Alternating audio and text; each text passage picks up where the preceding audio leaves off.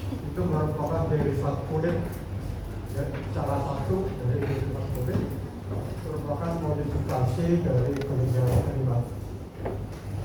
Jadi derivat kulit itu ada 4, mame, lalu kelenjar, rambut, dan kulit. Ya.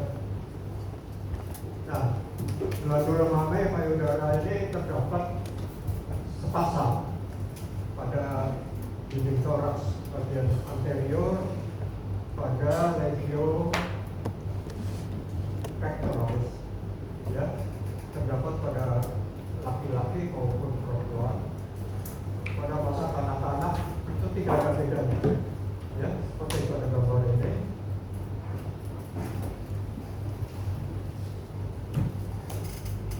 Nah, pada masa remaja itu payudara atau mame pada laki-laki tidak berkembang tetap, tetapi pada perempuan itu akan berkembang karena pengaruh dari hormon estrogen. Estrogen ya kan, ya, usia genital wanita itu berasal dari bagian apa di sini? TKI ya. Oke. Nah, setelah masa pubertas, ya, pada setiap perempuan masa pubertas itu berbeda-beda, tapi berkisar antara umur 8 tahun sampai umur 15, ya, yaitu saat menstruasi pertama itu pubertas. Mame pada perempuan boleh tumbuh berkembang, ya. Itu tadi akibat pengaruh progesteron, estrogen. Pertamanya itu karena perkembangan dari kelenjar mame yang ada di dalam mame dan bertambahnya jaringan lemak membesar. Kalau estrogen pada pria itu kalau ada berlebihan atau tidak seimbang dengan kadar testosteron itu akan menyebabkan ginekomastia. Ya. Jadi mame pada pria itu membesar kalau estrogennya terlalu tinggi.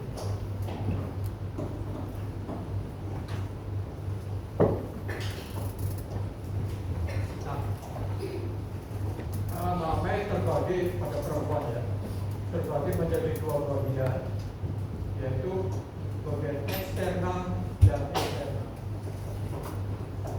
Bagian eksternal itu terdiri dari areola mame berwarna gelap yang ada di tengah-tengah dari mame, bulat dan warna lebih gelap karena banyak mengandung pigmen melanin. Pada masa kehamilan dan pada masa menyusui, areola mame itu akan lebih membesar dan warnanya lebih gelap, semakin gelap. Dan yang kedua adalah tipel atau papila mame, itu yang bentuknya bulat, kecil dan menonjol. Nah, ini epitelnya adalah epitel berlapis gepeng dengan lapisan tanduk tipis. Sama areola juga, ya. Areola juga epitel berlapis gepeng dengan lapisan tanduk tipis.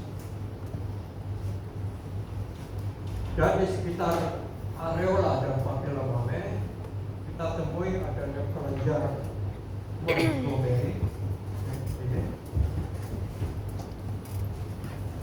yaitu kelenjar jenis holocrene. Nanti dibahas mengenai kelenjar. Jadi kelenjar ada merocrene, ada holocrene, ada apocrene. Ya. Kalau ini holocrene, holocrene itu mengeluarkan minyak.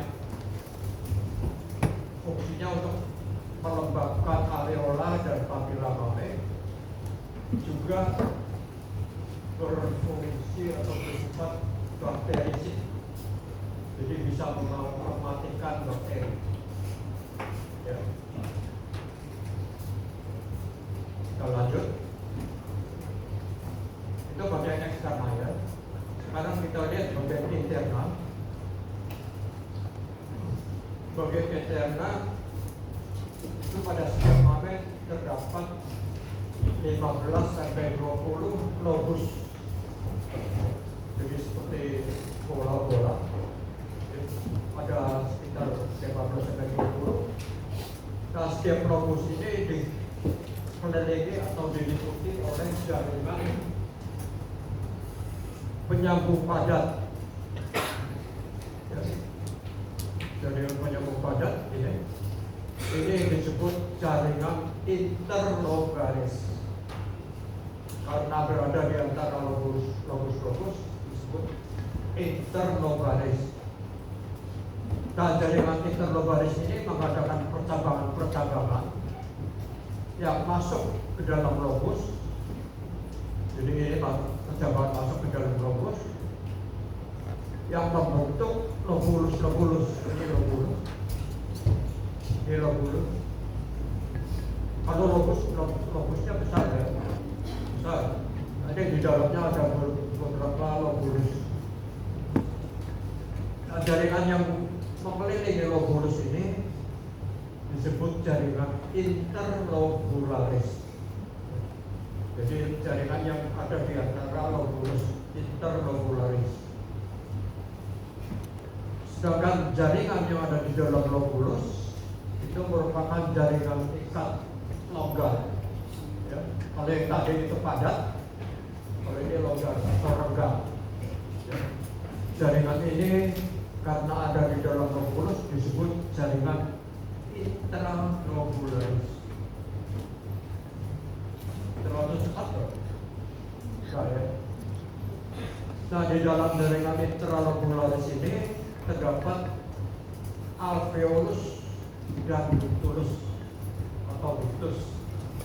Kalau satu alveolus ya, kalau banyak itu alveoli, itu jamak alveoli dan ductuli ya. Alveoli dan ductuli. Nah, ductus ini yang ada di dalam lobulus disebut ductus intralobularis. Intralobularis. Ini ya, intralobularis. Oh, ada jaringan ductusnya intralobularis ya. Kemudian lobulus interlobularis ini akan keluar dari lobulus. Nah, saluran yang ada di luar atau di antara lobulus ini disebut ductus interlobularis. Ya, jadi penamaannya gampang ya. Ada yang intra, ada yang inter. Jaringan juga sama, ada yang intra, ada yang inter. Jadi setiap lobulus ini banyak sekali itu ductus yang keluar membentuk ductus interlobularis banyak. Nah, ductus interlobularis ini akan bergabung menjadi satu ductus yang lebih besar yang disebut ductus lactiferus. Ya. Nah, kita lihat gambar selanjutnya seperti ini. Ini satu lobulus. Ini satu lobulus. Nah, ini lobulus. Oh, satu lobulus. Ini satu lobulus. Yang ini satu lobulus. Ini ada beberapa lobulus. Di dalam ini ada alveoli dan ductus interlobularis. Kemudian ductus interlobularis ini akan keluar membentuk ductus interlobularis. Kemudian ductus interlobularis ini dari beberapa lobulus akan bergabung menjadi satu, menjadi ductus lactiferus. Ya, ductus lactiferus. Dalam ductus lactiferus ini pada bagian akhir menjelang akhir akan membesar, disebut sinus lactiferus. Sinus lactiferus ini fungsinya untuk menampung air susu. Ya, kalau nanti sudah menyusui, itu untuk menampung air susu. Kemudian mengecil lagi, berbentuk lactiferus lagi, dan akhirnya bermuara di papilla mamae. Ya. Sekarang epitelnya.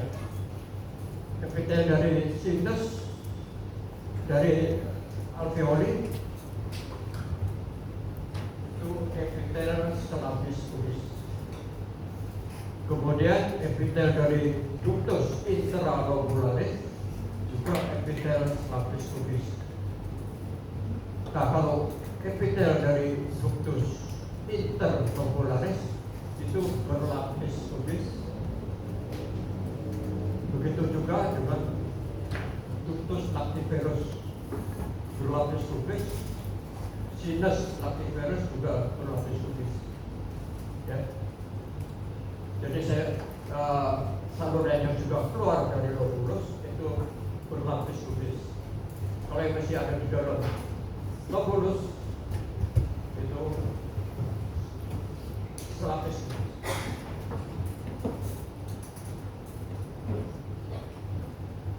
Nah ini ya, ini satu lobus, ini lobulus.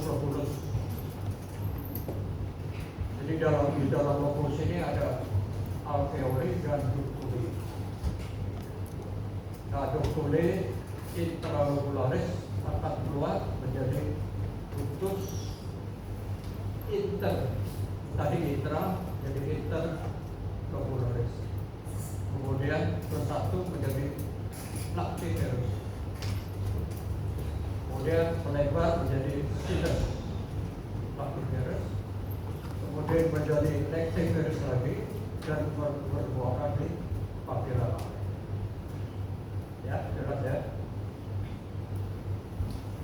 Ini ada areola, gambaran dari penampak. Ini papilla mamae. Nah, sekarang kita coba bahas sedikit mengenai kelenjar. Kelenjar ada dua, ada tipe, ada jenis. Dan sekarang kita tipe dulu. Tipe itu dilihat pada bagian akhir yang menghasilkan sekret, yang bersekresi, itu disebut pars terminalis. Ya, bagian akhir dari kelenjar. Nah, ada kelenjar yang bagian akhirnya berbentuk tubulus atau tubular. Nah, kelenjar ini disebut tubularis.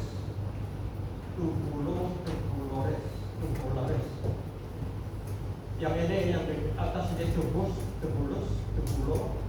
Yang bawahnya ini tubulo juga. Tubularis. Contohnya kelenjar keringat.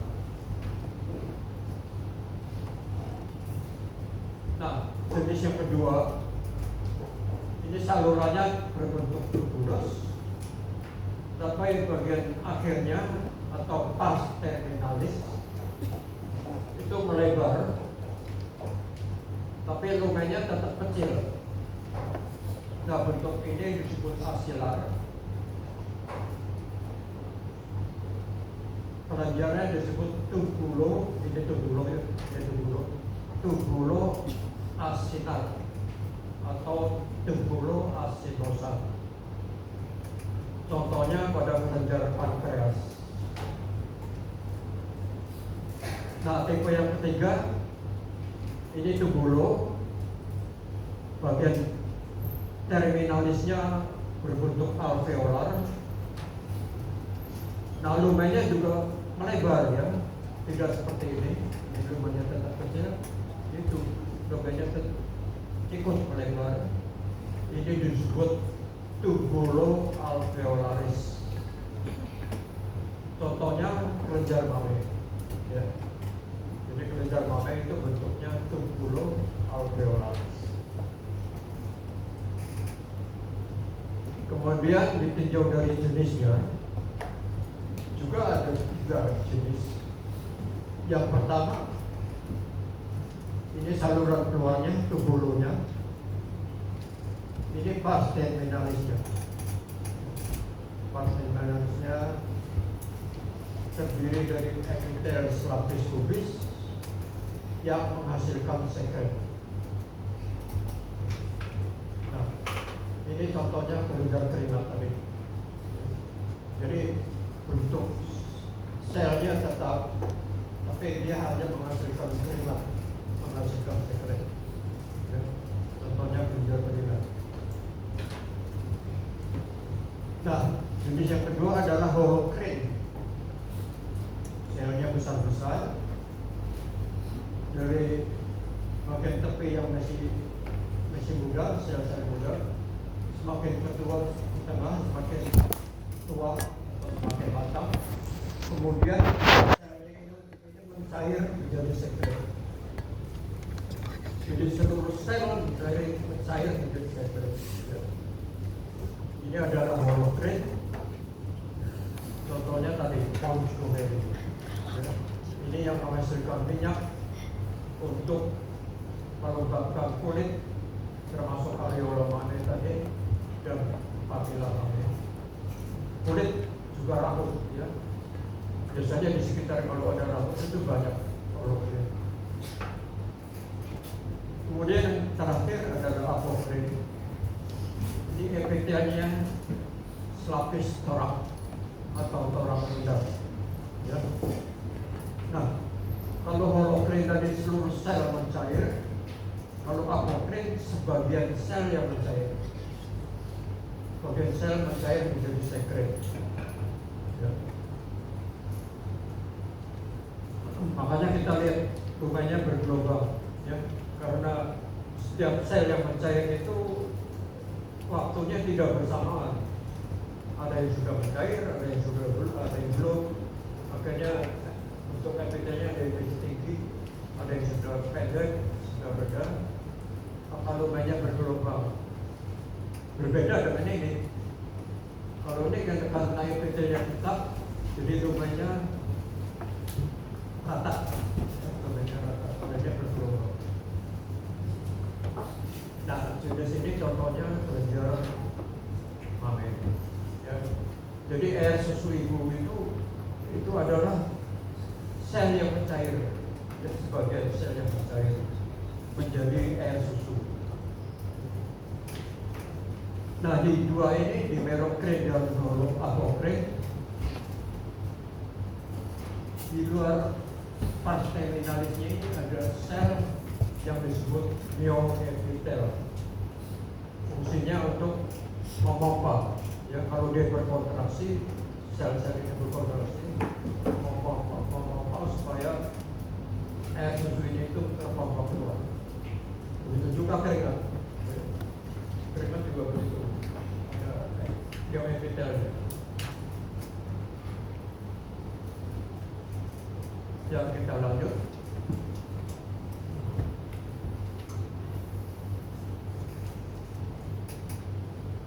Nah, sekarang pada orang dewasa, ini yang laki-laki tetap, yang perempuan itu semakin membesar, bentuknya maupun ukurannya.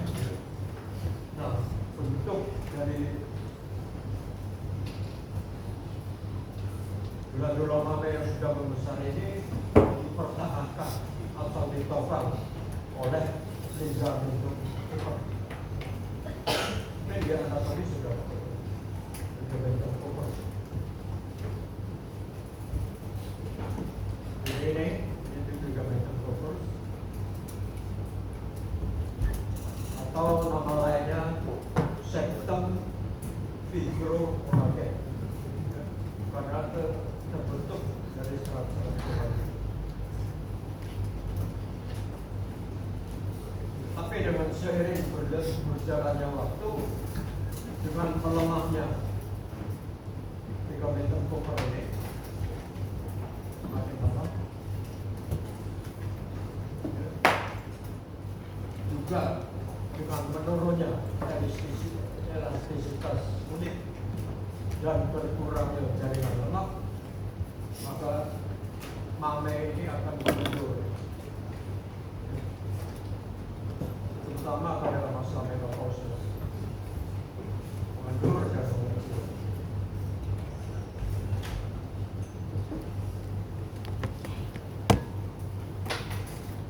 Sekarang kita lihat pada gejala mame yang non-laktan, ya, tidak menyusui. Ini pada orang dewasa yang tidak hamil dan tidak menyusui, bentuknya seperti ini. Jadi ini lobus, yang ini lobulus.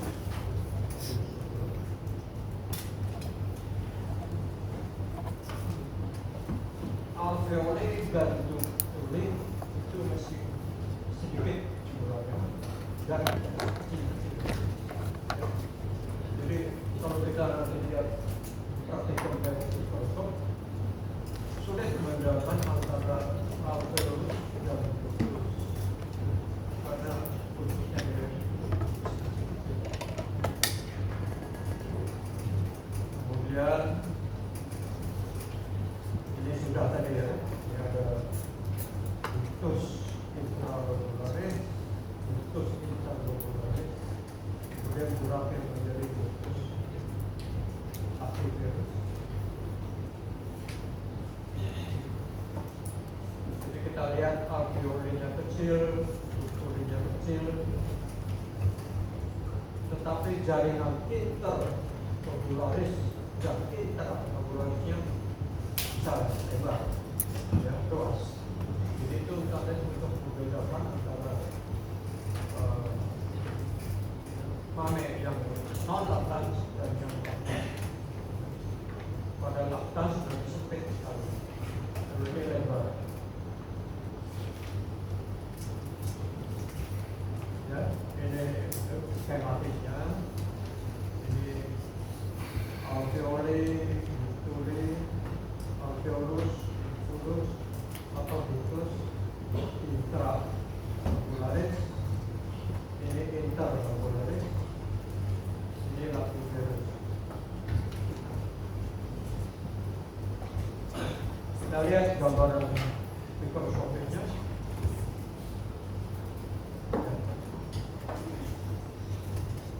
Ini lobulus, ini jaringan interlobularis, yang ini jaringan intralobularis.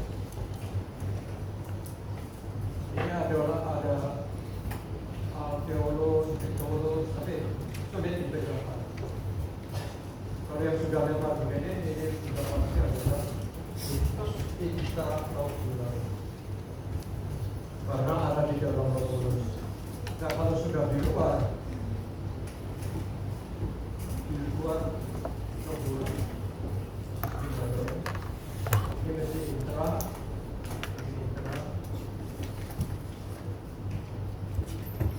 Jadi alveolus dan ductusnya masih sedikit dan kecil-kecil. Kita lihat gambaran berikutnya.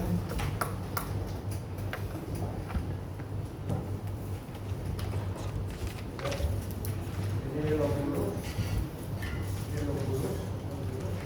Nah, ini yang di luar lobulus. Ini adalah interlobularis. Ductus interlobularis. Ini ductus intralobularis. Ini kita nggak tahu apa ini ductus atau lobulus.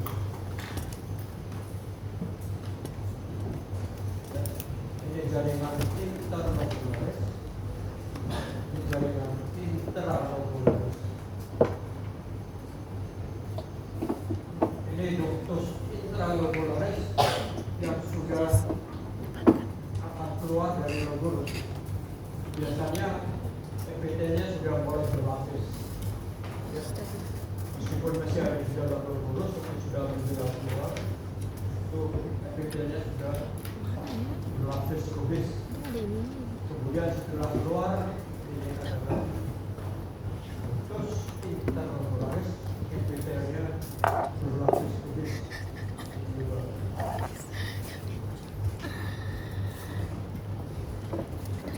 Jadi meskipun alveolus itu gedenya selapis torak, tapi masih kecil ya. Masih belum jelas. Nah ini juga sama. Ini ductus intramodularis. Ini lobulus. Ini jaringan intramodularis. Ini jaringan intermodularis.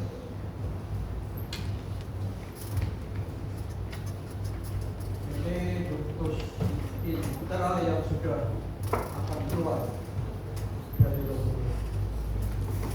Kalau sudah keluar, namanya ductus interlobularis. Ya. Gampang ya. Ini juga sama.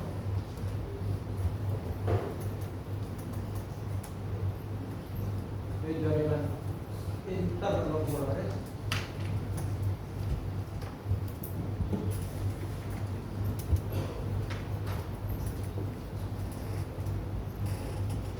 Ini masih kelihatan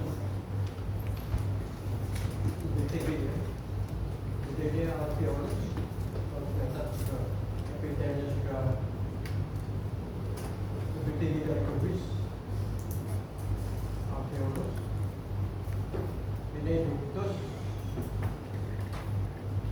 Ini ductus yang sudah akan keluar, sudah mulai berlapis.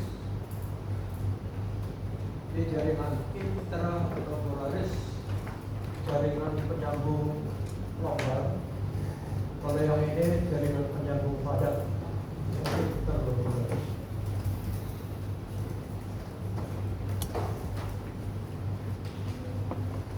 Kalau yang ini arteriol ya, ini pembuluh darah. Adanya di interlobularis.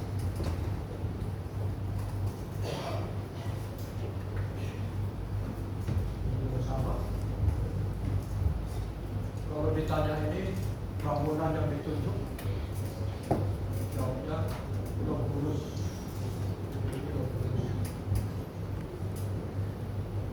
Kalau ditanya ini daerah yang ditunjuk adalah jaringan interlobularis. Kalau ini jaringan yang ditunjuk adalah atau bagian yang ditunjuk adalah jaringan intralobularis. Kalau ini saluran yang ditunjuk adalah ductus intramodularis.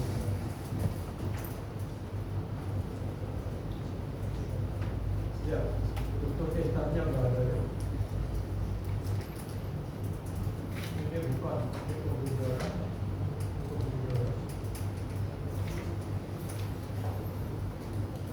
Ini juga pembuluh darah.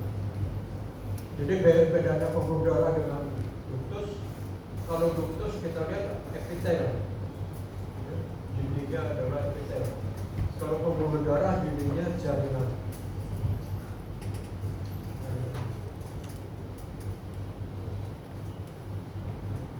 Nah ini untuk menunjukkan adanya bioepitel. Kalau kita lihat ada epitel yang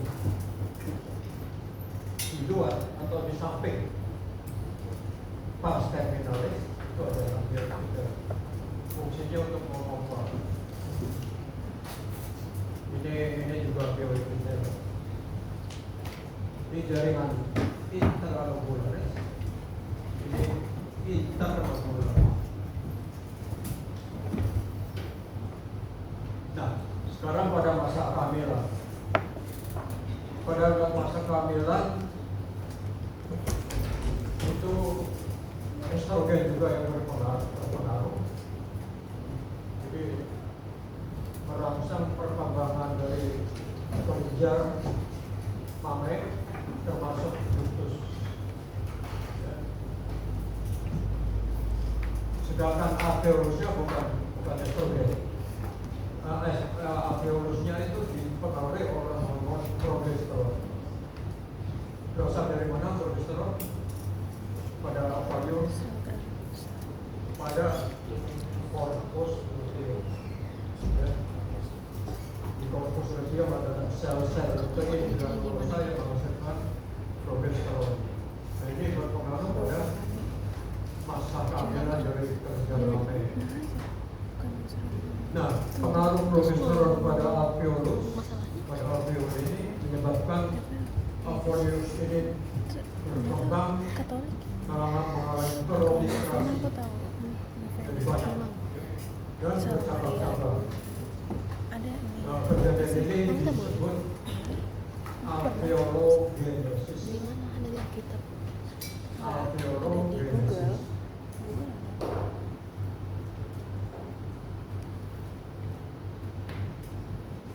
Dan ini biasanya akan lebih sempurna pada masa pertengahan kehamilan.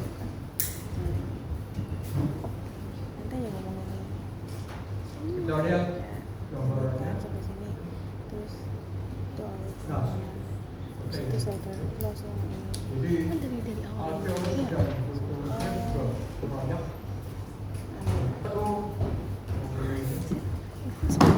Jaringan interlobularisnya sudah mulai terjadi.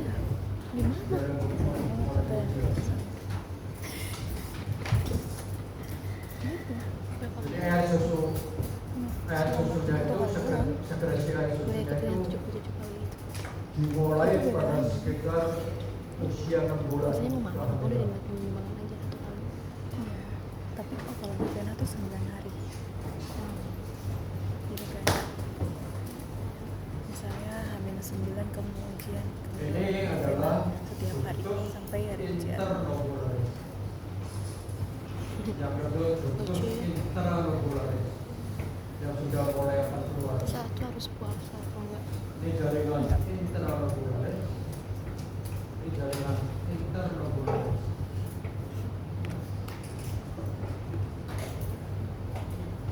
Ya, ini juga sama. Sudah semakin penuh.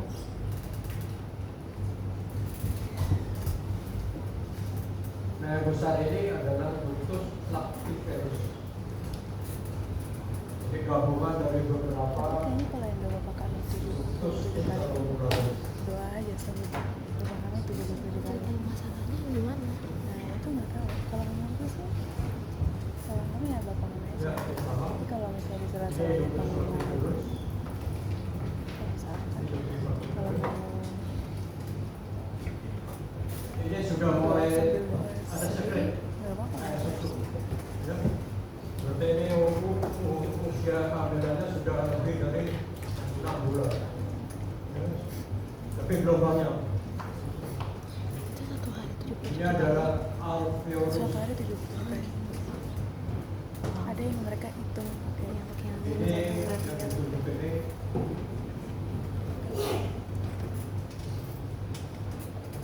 Ini adalah jaringan interlobularis. Sudah mulai menyempit.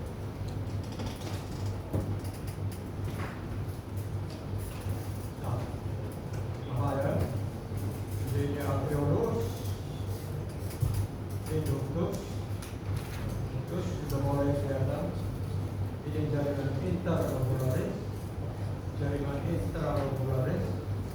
Nah, ini adalah ya ini interlobularis. Ini ductus interlobularis. Sedangkan ini lactiferus. Ya, sudah lebih besar. Ini interlobularis.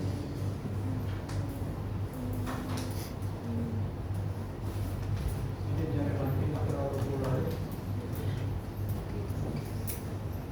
Ini adalah mame dalam masa kehamilan. Tapi preparat kita nggak ada. Preparat kita yang ada yang non-non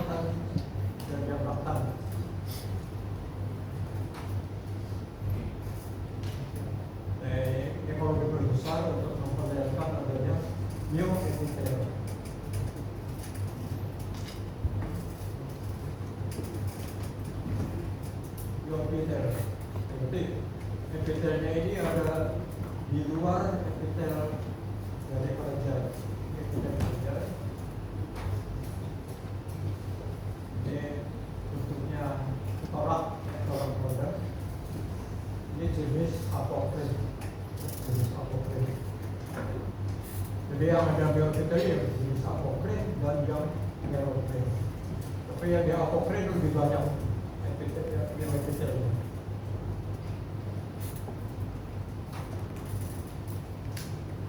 Ini juga sama. Jaringan intralobularis.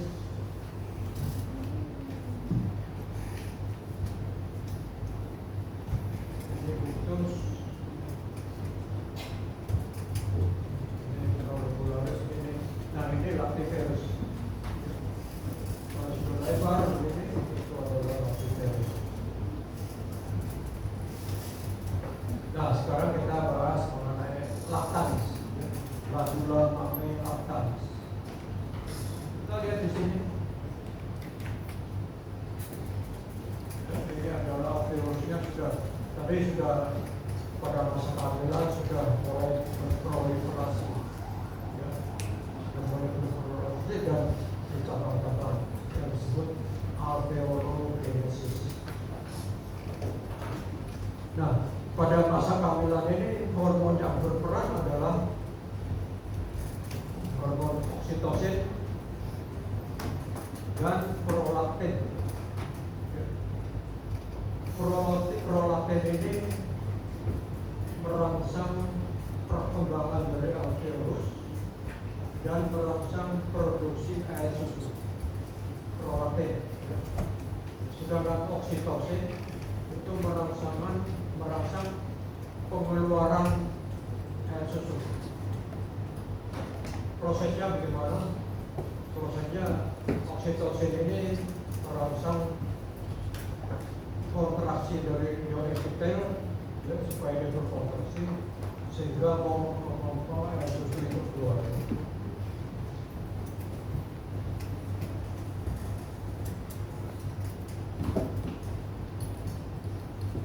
Nah, ini ya, jadi alveolusnya sudah lebih besar, sekretnya sudah penuh. Tapi ada juga bagian yang masih belum penuh ya, itu yang disebut alveolus inaktif. Kalau yang sudah penuh disebut alveolus yang aktif.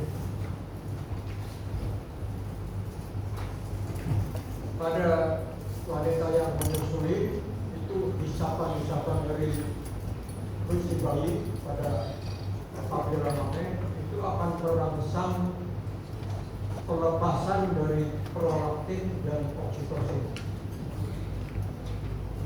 Jadi semakin sering si ibu menyusui bayi itu semakin banyak prolaktin yang keluar dan oksitosin. Kalau prolaktin berasal dari hipofisis anterior,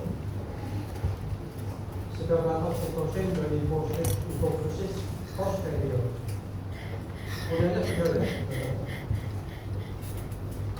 Oke, kita lihat gambaran prosesnya. Nah, seperti ini.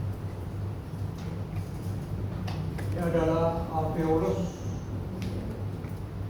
yang semua sudah mengandung sekret. Jaringan intralobulusnya sudah mancul. Begitu juga jaringan interlobularis sudah menipis karena penuh dengan alveolus. Ini putus.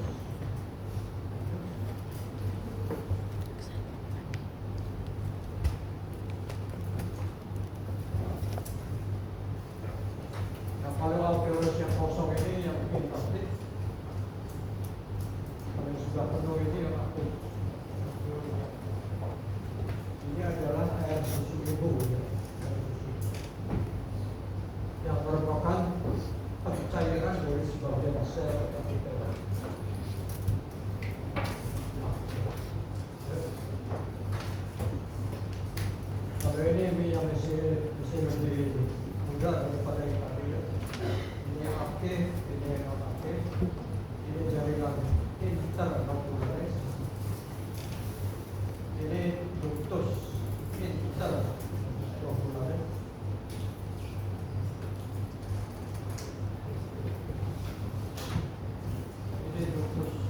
Stephen besar.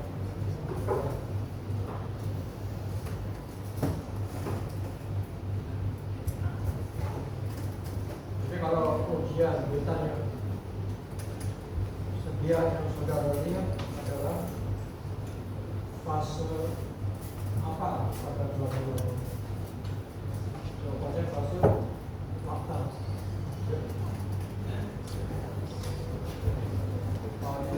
Ini sama, ini berbesar. Ada yang aktif, ada yang non aktif. Yang aktifnya sekretnya belum sedikit.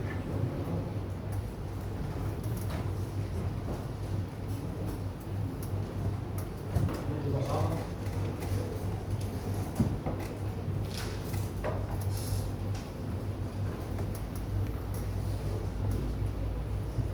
Dari mana?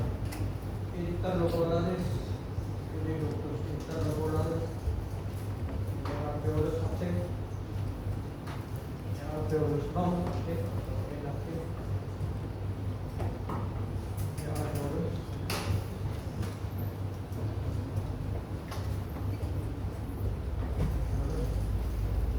Dari interlokularisnya sudah masuk.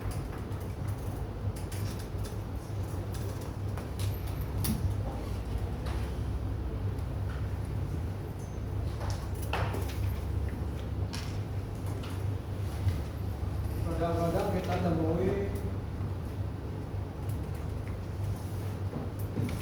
terutama pada pembesaran yang besar, bisa kecil kita lihat ada pakul,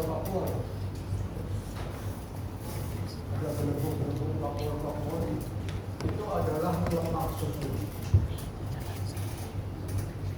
Kalau yang warna pink ini adalah sekret susu. Sedangkan yang belenggu adalah lemak susu.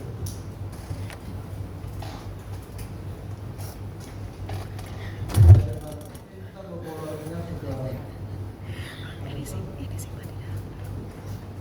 Di sini aku pegang.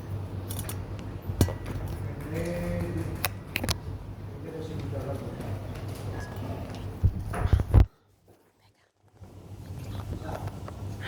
Tadi gambaran dari menggunakan. Nah, sekarang pada wanita yang sudah melahirkan pada 2 sampai 4 hari pertama itu air susunya itu berwarna kekuningan dan keruh. Kalau di kampung-kampung dulu biasanya air susu ini dianggap kotor, buang. Nah, dikasih kembali. Padahal ini penting sekali. Ini yang disebut kolostrum.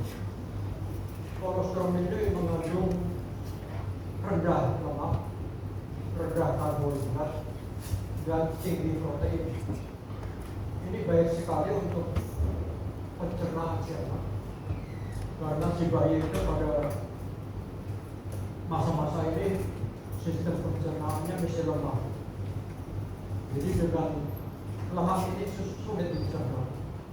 Jadi lemak ini yang berdasarkan lemak dan karbohidrat itu mudah dicerna oleh si bayi. Di samping itu juga banyak mengandung antibodi, khususnya IgA, itu untuk kekebalan. Jadi ini menyebabkan imunitas pasif pada bayi. Itu sering ditanya di ujian ya.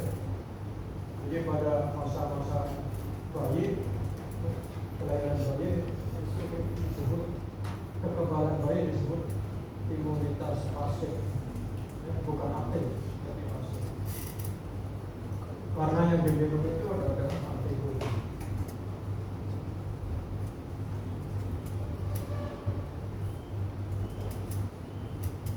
Nah, sekarang kita review lagi dari awal. Ini adalah mamelaktan, non-laktan. Jadi non-laktan, alveolinya, ductusnya masih ukurannya masih kecil-kecil, masih sedikit.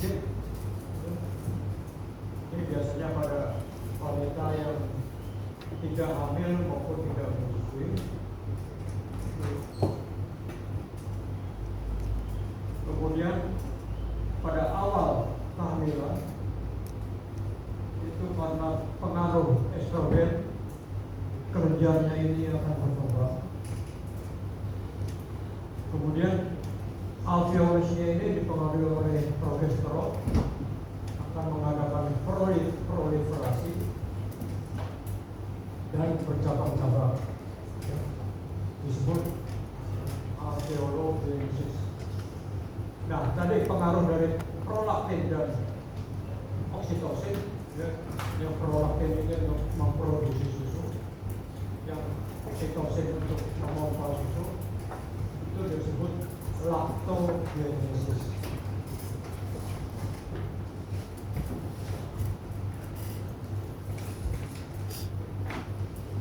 Ini pada pertengahan kehamilan. Kita lihat alveolusnya sudah mulai melebar,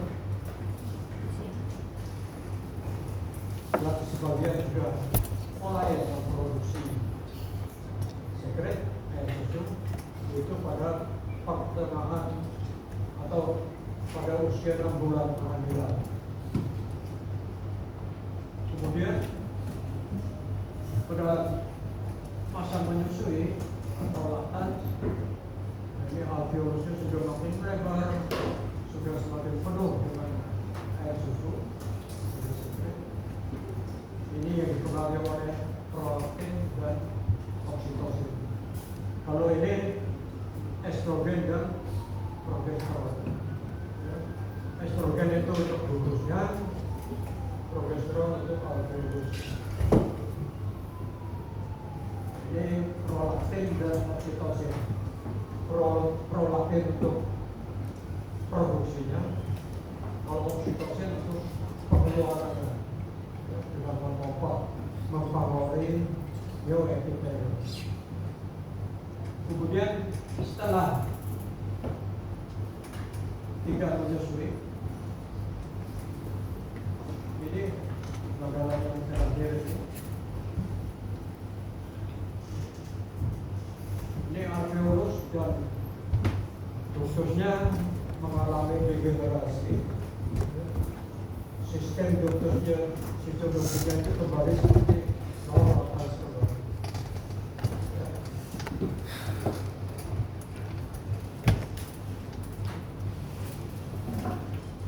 Kemudian pada pasca laktan, setelah tidak menyusui, itu sudah mulai mengecil, sudah kembali mengalami, terutama pada masa menopause, itu juga alveolusnya sudah makin sedikit, juga ductusnya semakin sedikit, juga jaringan-jaringannya kolagen, elastin dan sebagainya sudah mulai berkurang.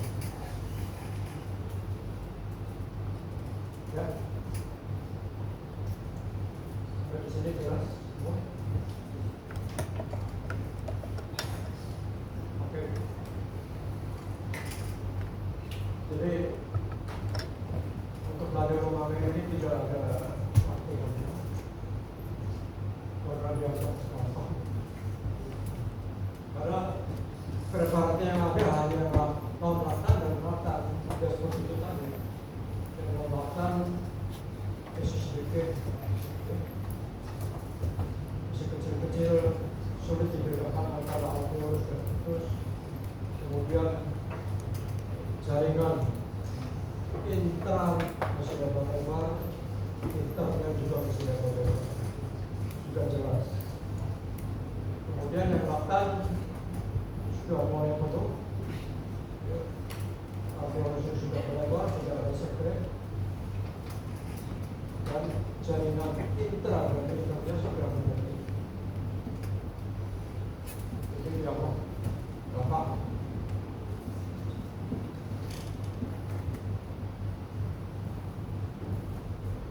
Oke, sampai di sini mungkin sudah jelas semua.